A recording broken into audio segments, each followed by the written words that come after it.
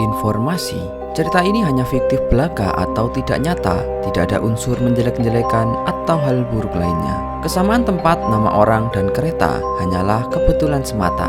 Video ini dibuat sebagai sarana hiburan saja. Selamat menyaksikan. Stasiun Sepanjang, Jumat Kliwon, pukul 11 malam. Malam itu, sebut saja Pak Paimin, seorang petugas PPKA atau petugas pengatur perjalanan kereta api, baru saja tiba dan memarkirkan mobilnya di depan halaman stasiun. Tak berselang lama, Pak Paijo, sebut saja demikian, seorang petugas keamanan stasiun, juga tiba di stasiun itu mengendarai truk. Pak Paijo kemudian memarkirkan truknya di samping mobil Pak Paimin. Malam ini, mereka berdua mendapat tugas malam untuk berjaga di stasiun Sepanjang sampai pagi. Pergantian petugas pun dilakukan.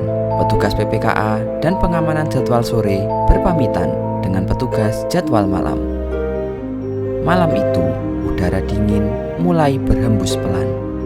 Di dalam ruangan PPKA itu, Pak Paimin seorang diri menjaga ruang kendali stasiun. Sementara itu, Pak Paijo berpatroli keliling peron untuk memeriksa keadaan stasiun. Tiba-tiba bunyi genta stasiun berbunyi.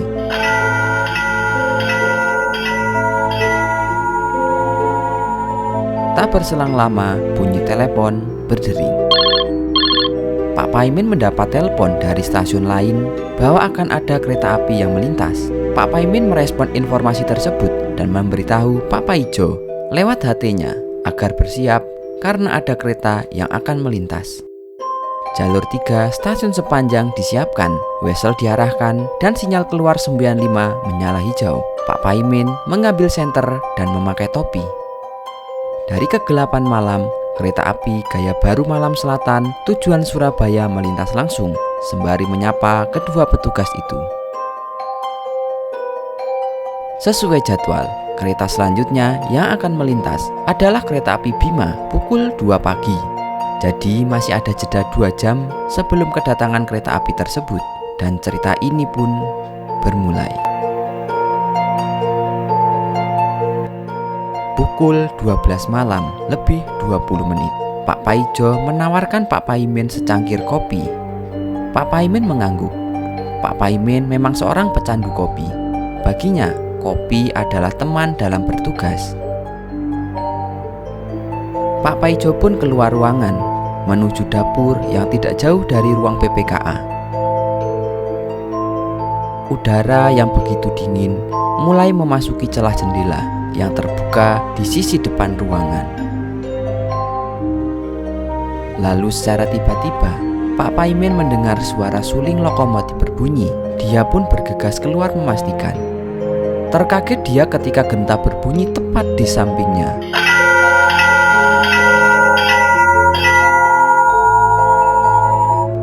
Dia berlari masuk dan menelepon pihak stasiun lain, menanyakan apakah ada kereta yang melintas, karena baru saja dia mendengar suara suling lokomotif yang bergema.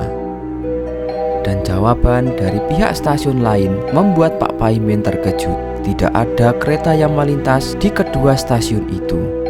Dan Pak Paimin pun kemudian menutup telepon, berjalan keluar untuk mengecek genta.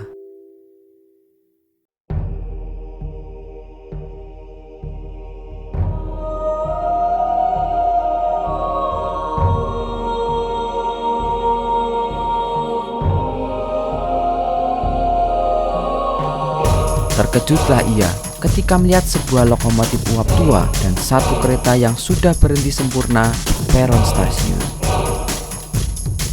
Pak Paimin langsung berlari menuju dapur untuk memberitahu Pak Paijo yang tengah membuat kopi.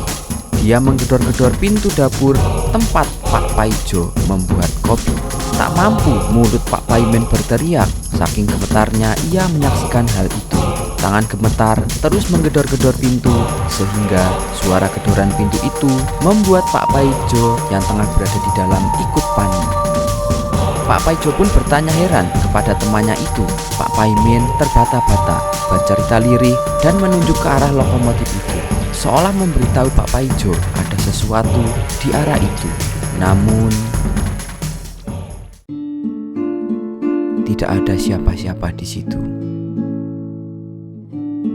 Terima kasih sudah menonton video ini. Dukung dengan cara like dan subscribe channel ini.